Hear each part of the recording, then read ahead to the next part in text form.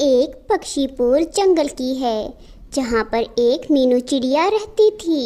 مینو چڑیا ایک پیڑ پر بیٹھ کر جنگل کا مزہ لے رہی تھی۔ واہ، موسم تو کتنا اچھا ہے، ہر طرف ہریالی ہی ہریالی ہے، ہوائیں بھی کتنی اچھی اور ٹھنڈی چل رہی ہیں۔ چڑیا موسم کا مزہ لے رہی تھی، تبھی وہاں پر ایک سفید بادل آتا ہے۔ ارے مینو چڑیا، تم یہاں پر اکیلی بیٹھی کیا کر رہی ہو؟ ارے کچھ نہیں بادل بھیا، میں تو یہاں پر بیٹھ کر اس پیارے سے موسم اور ان ٹھنڈی ہواؤں کا مزہ لے رہی ہوں۔ ارے وہ تو بہت اچھی بات ہے، لیکن مینو میں تو تمہیں ایک خبر دینے آیا ہوں، کیونکہ یہ موسم زیادہ دیر تک اس طرح اچھا رہنے والا نہیں ہے۔ ارے رے بادل بھیا، کیا کہہ رہے ہو؟ کہیں ہمارے جنگل کا موسم خراب تو نہیں ہونے والا ہے؟ ارے ہاں، بالکل صحیح پہچانا تم نے مینو، موسم خراب ہونے والا ہے اس جنگل کا۔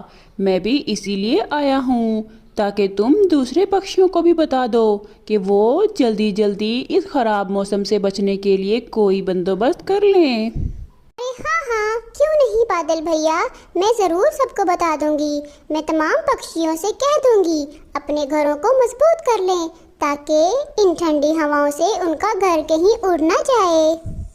مینو کو یہ خبر دینے کے بعد وہ سفید بادل وہاں سے چلا جاتا ہے اور مینو چڑیا بھی باقی پکشیوں کو یہ بتانے کے لیے چلی جاتی ہے کہ کل سے موسم کی خرابی کا سلسلہ شروع ہونے والا ہے، اس لیے وہ پکشی اپنے اپنے گھروں کو مضبوط کر لیں اور سب سے پہلے وہ طوطے کے پاس جاتی ہے۔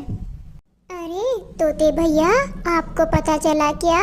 کل سے ہمارے جنگل کا موسم خراب ہونے والا ہے، بہت تیز ہوائیں چلنے والی ہیں، آپ کو پتہ ہے کیا؟ ارے مینو چڑیا، یہ تو تم نے بہت اچھا کیا، بہت بہت شکریہ تمہارا، لیکن تمہیں پتہ ہے نا، میں تو موسم کی خرابی کے سلسلے کی وجہ سے پہلے ہی اپنا گھر بنا لیتا ہوں۔ میں نے اس دفعہ بھی اپنا گھر پہلے ہی مضبوط کر لیا ہے، کیونکہ میں جانتا تھا بارشوں کا سلسلہ شروع ہونے والا ہے۔ ارے واہ طوطے بھیا، آپ تو بہت ہوشیار نکلے۔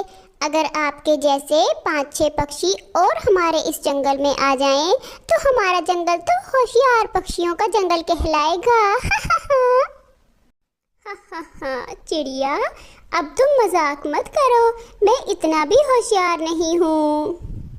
مینو چڑیا تھوڑی ہی دیر میں طوطے کے گھر سے نکل جاتی ہے اور پھر وہ کبوتر کے پاس جاتی ہے۔ ارے واہ مینو چڑیا، تم آج ہمارے گھر کا چکر کیسے لگا لیا؟ ارے کبوتر بھیا، بات ہی ایسی ہے، میں دراصل آپ کو یہ بتانے آئی ہوں کہ کل سے ہمارے جنگل کا موسم خراب ہونے والا ہے، بہت تیز بارش اور تیز ہوائیں بھی آئیں گی، تو میں نے سوچا کہ میں تمام پکشیوں کو بتا دوں کہ اپنے اپنے گھروں کو مضبوط کر لیں۔ آپ بھی اپنے گھر کو مضبوط کر لو تاکہ ٹھنڈی ہواؤں سے محفوظ رہ سکو۔ ارے واہ مینو چڑیا، یہ تو تم نے بہت اچھی بات بتائی ہے، مجھے تو بالکل بھی اندازہ نہیں تھا، کیونکہ آج تو موسم بالکل بھی خراب ہونے والا نہیں لگ رہا۔ تمہیں ضرور تمہارے اس بادل دوست نے بتایا ہوگا نا، تمہارا دوست کتنا اچھا ہے اور تم بھی کتنی اچھی ہو، فوراً تمام پکشیوں کو بتانے چلی جاتی ہو۔ اچھا کیا تم نے مجھے آج ہی بتا دیا، میں اپنے گھر کو ابھی سے ٹھیک کرنا شروع کر دیتا ہوں۔ ٹھیک ہے کبوتر بھیا، اب مجھے جانا ہوگا کیونکہ میں نے جنگل کے باقی پکشیوں کو بھی یہ خبر بتانی ہے۔ مینو چڑیا پھر کبوتر کے گھر سے بھی نکل جاتی ہے اور پھر وہ دوسرے پکشیوں کے گھر کی طرف جاتی ہے۔ مینو چڑیا ابھی ہواؤں میں اڑ ہی رہی تھی کہ اسے ایک پیڑ کی ڈالی پر بیٹھا ہوا کالو کوا نظر آ جاتا ہے۔